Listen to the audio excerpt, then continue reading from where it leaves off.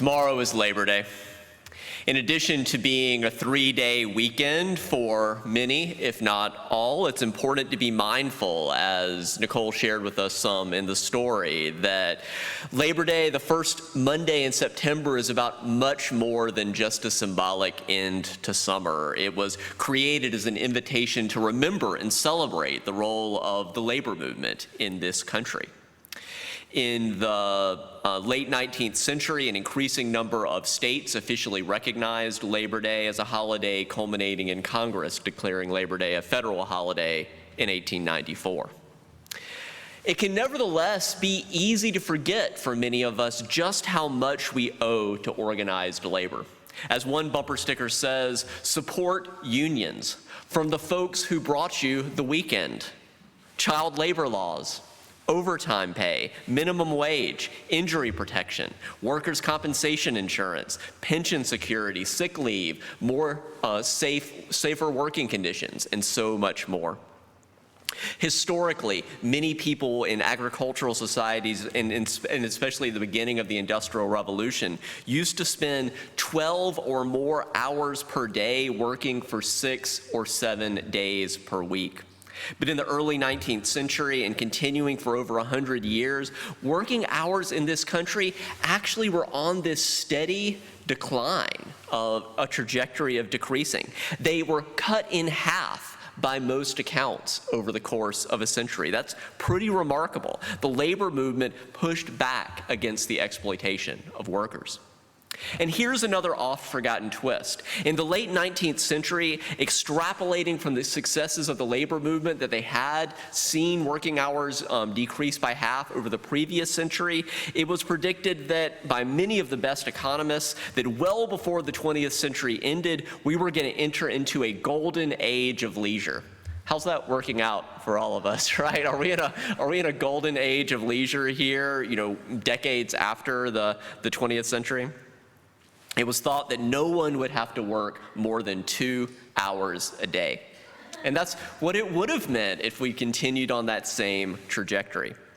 So for those forced to earn a living through alienated labor, this isn't about if you love your job and you would do it for free anyway. This is about if you hate your job, if you feel very alienated from your labor. That working only 2 hours a day for a total of 10 hours a week, that would mean time to pursue the American dream of life, of liberty, of the pursuit of happiness, whatever you enjoy.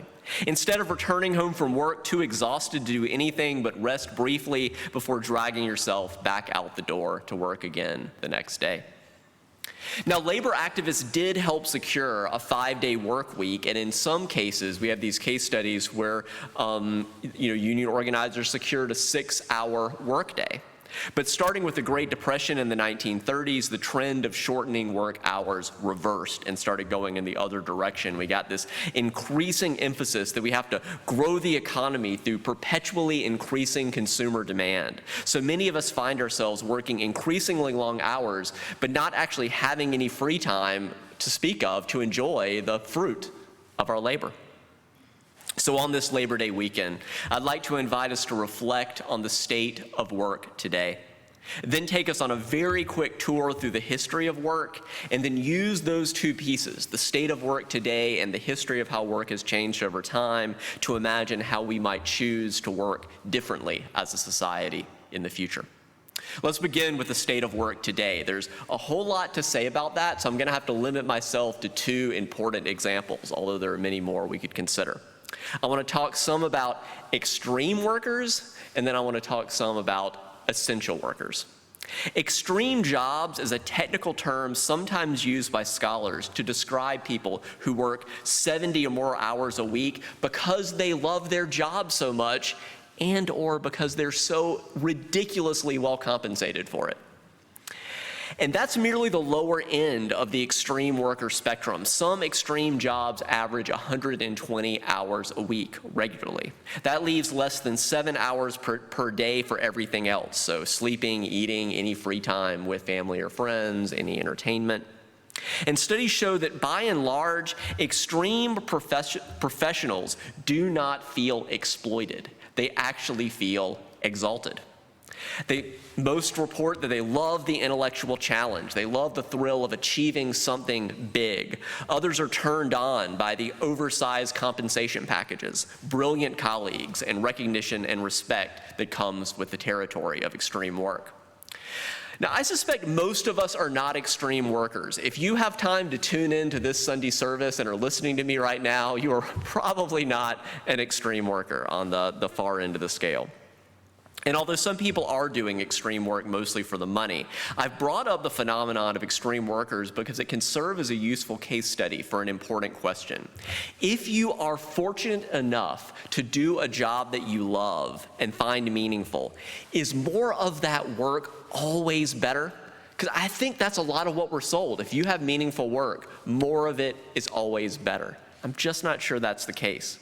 Even if you loved your job, there are other priorities in life. To quote another slogan from the labor movement in the late 19th century, there was an organized campaign to get us the 8-hour workday, and it went like this: 8 hours for work, 8 hours for rest, and 8 hours for what you will.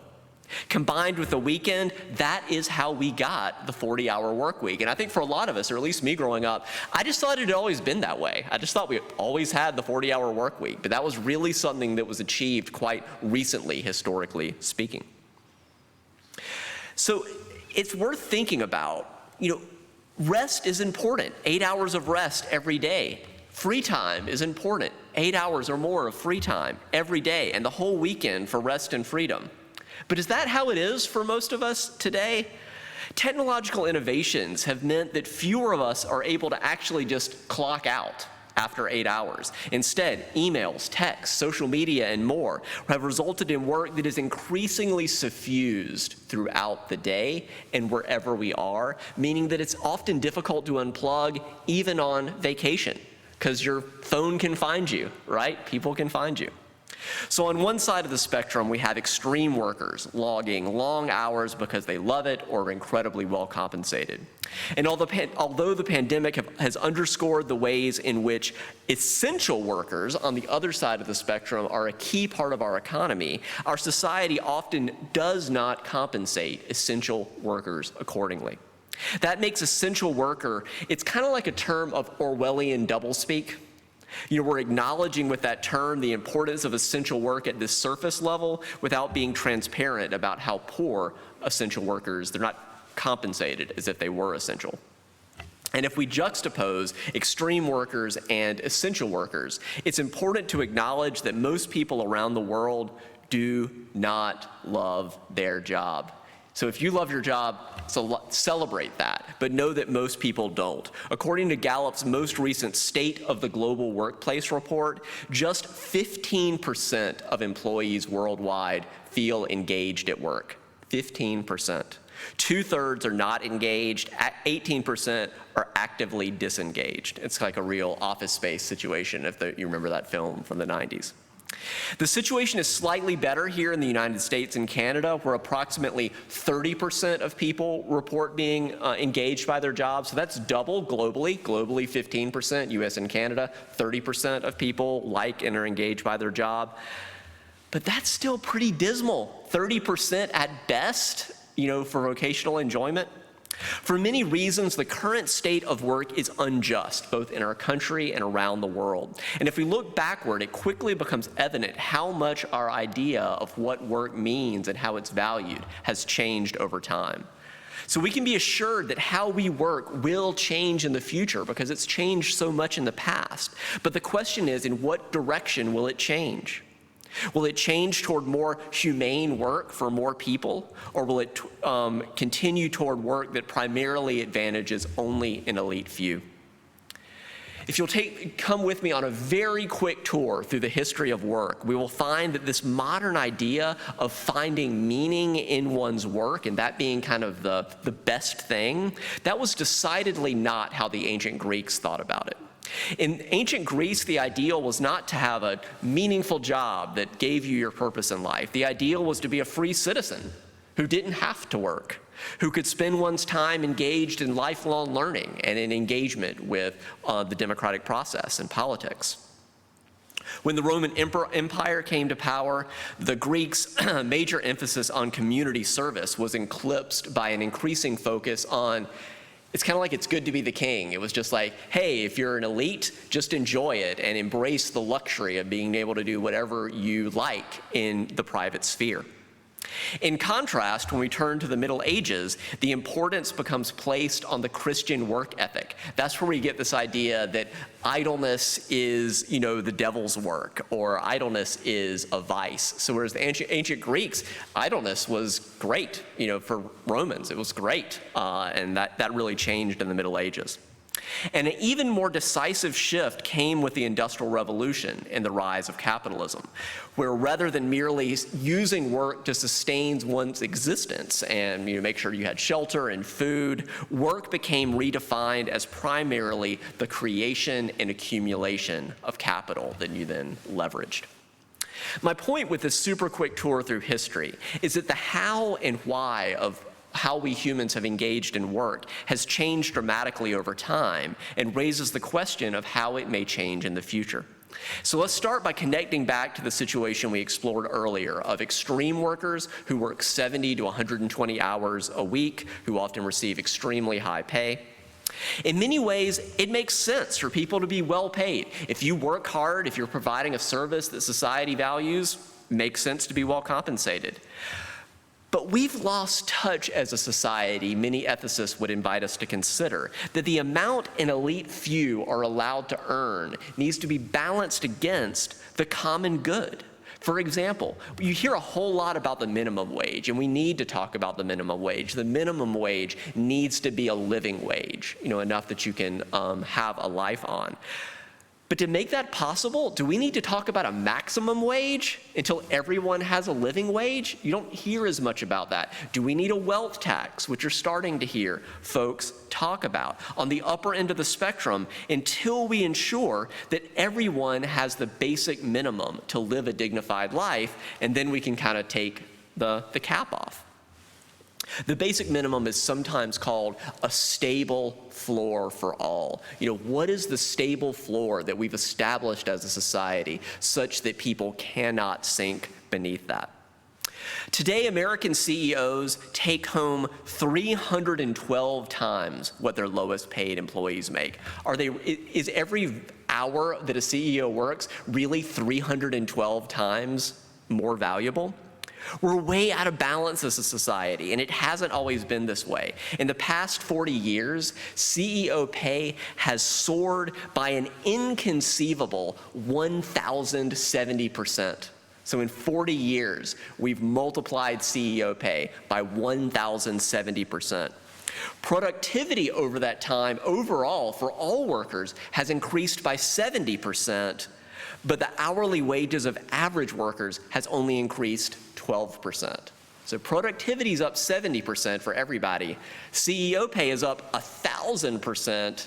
Most people's wages are only up 12%. The vast majority of us really are working harder than ever, but the vast preponderance of the compensation is only going to the top. This is where I titled a Labor Day sermon a few years ago, "Sharpening Your Pitchforks." Sometimes it's time for that. And changes are coming, as we've also explored in previous sermons. It's not immigrants really that are coming for your jobs. The robots are. The robots are coming for your jobs. And in the coming years, the rise of automation will provide us with an invitation to reconceive our relationship to work. Will we allow the profits from automation to flow almost exclusively to an elite few, or will we choose to explore as a society how we might expand access to the good life? Whether or not we can reach that 19th century dream of the 2-hour workday, can we begin to recapture a movement of decreasing work hours for those who are alienated from their job, who do not enjoy their work? Remember that the focus here is not on the 30% of human beings today who would actually feel constrained and unfulfilled. If you told me that I could only do this job for 10 hours a week, that would actually make me less happy. That's not what we want. What we want to do is help the 60% of people who hate their job. It's important to keep in mind that the 40-hour work week wasn't inevitable. It was a massive change, and it was something achieved by hard work, by the solidarity and working in coalition of the labor movement. Remember again that most people historically used to work 12 or more hours a day for 6 or 7 days a week, so something like 80 hours a week. So going from 80 hours a week, we achieved in the late 19th century the 40-hour work week. Our idea of what should count as a standard work week has changed before. It can change again. There's a really interesting one-line phrase from Marx that I sometimes think about. He said that the shortening of the working day is freedom's basic prerequisite. The shortening of the working day is freedom's basic prerequisite. If you really care about freedom, you've got to give people free time. It's really worth thinking about. What might open up? What might emerge if human beings had more free time to explore what really gave them joy, what really let them flourish as a person? And let's be honest that having 60% of people underpaid for jobs they hate, speaking of Marx, that has a lot of revolutionary potential in it.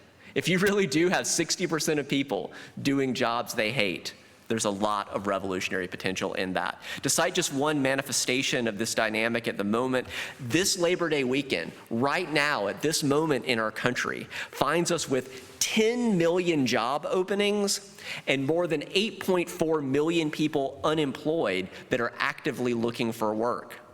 What's up with that discrepancy? 10 million job openings and 8.4 million people looking for work. The discrepancy is a big mismatch between the jobs available and what workers want to do. And basically people are saying, I'd rather do nothing and scrape by than do a terrible job for 40 hours a week that I absolutely hate, that's degrading and demoralizing. Years ago, Janis Joplin said it this way: freedom's just another word for nothing left to lose. There's a lot of revolutionary potential in that. That being said, I wish I could stand here and guarantee for you that people having more free time would necessarily lead to the utopian future I would love to be a part of, where people use their free time for making beautiful things like our new art exhibit, reading beautiful things, or simply contemplating the world with admiration and delight. If we want to increase the likelihood of such a future, we do need to drastically increase our funding for the arts and for the humanities, if that's something we want to see people do in their free time. But I'm also willing to concede that more free time will also lead to more people playing video games all day. That's a reality of the situation, especially with the rise of virtual reality. And those of us who have a hangover from the Christian work ethic of the Middle Ages might accordingly be worried that idle hands are the devil's workshop. But I invite you to consider that it might be worth the possibility of exploring together what such a future might open up that we can't yet see, compared to the alternative of 60+% of people being poorly paid to do work they hate. As to how we reach such a better future, I've spoken previously about ways we can revitalize the labor movement in this country, such as passing the PRO Act, which stands for Protecting the Right to Organize. It would strengthen various protections for workers seeking to support unionization and increase penalties for employers who retaliate against unionizers. The PRO Act has passed the U.S. House of Representatives, but is currently one of many pending pieces of progressive legislation, unlikely to pass the Senate unless there is filibuster reform. If you're interested in joining a network of Unitarian Universalists working to create change along these lines in our country, there's a link right in the center of our homepage to the Side with Love Action Center launch next Sunday, September 12th at 2:00 p.m. And that will be recorded, so you can also click on that link and sign up to receive the recording afterwards. This is the next step after the quite successful You the Vote campaign. So it's the Side with Love Action Center. Overall, my hope on this Labor Day weekend has been to give us some frameworks for reflection, that understanding how much things have changed in the past can empower us to imagine how our current relationship with work can also change for the future, so that an increasing number of us might have less alienated labor and more free time for life, liberty, and the pursuit of happiness. In a few moments, we'll be invited to hear Solidarity Forever, which is perhaps the labor movement's most famous anthem. The original lyrics were written in 1915 and set to the tune of John Brown's Body. That's a marching song written decades earlier by Union soldiers during the Civil War about the radical abolitionist who worked for freedom from enslavement, John Brown. Some of you may recall of the Secret Six who helped fund and supply John Brown's 1859 raid on the Harper's Ferry, on the Armory, the Federal Armory at Harper's Ferry, just up the road from here. Of the Secret Six, 5 were Unitarians and 2 were Unitarian ministers. Among those 5 Unitarians was Samuel Howe, the husband of another Unitarian ancestor, Julia Ward Howe, who awoke in the middle of the night after visiting Civil War camps and hospitals and was inspired to write new lyrics to the tune of John Brown's Body, verses that became the battle hymn of the Republic. When the Civil War began, it was far from clear in the North that was this fight only to preserve the Union, or was it also to end slavery?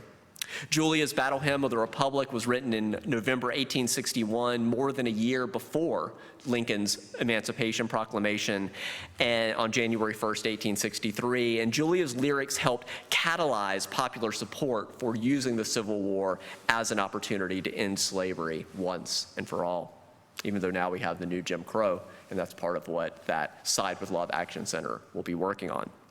As we prepare to hear the first and last verses of this labor anthem, I invite you to remember that it is both about solidarity forever and the labor movement, but this song has deep echoes to John Brown's Body and the movement to end slavery in the 19th century, as well as the battle hymn of the Republic. As we listen, may we open the imaginations of our mind and the compassion of our hearts to what can become possible when we do join together in coalition across our differences, that when we join together in solidarity across ever-widening circles of inclusion. Let's hear it. Solidarity forever.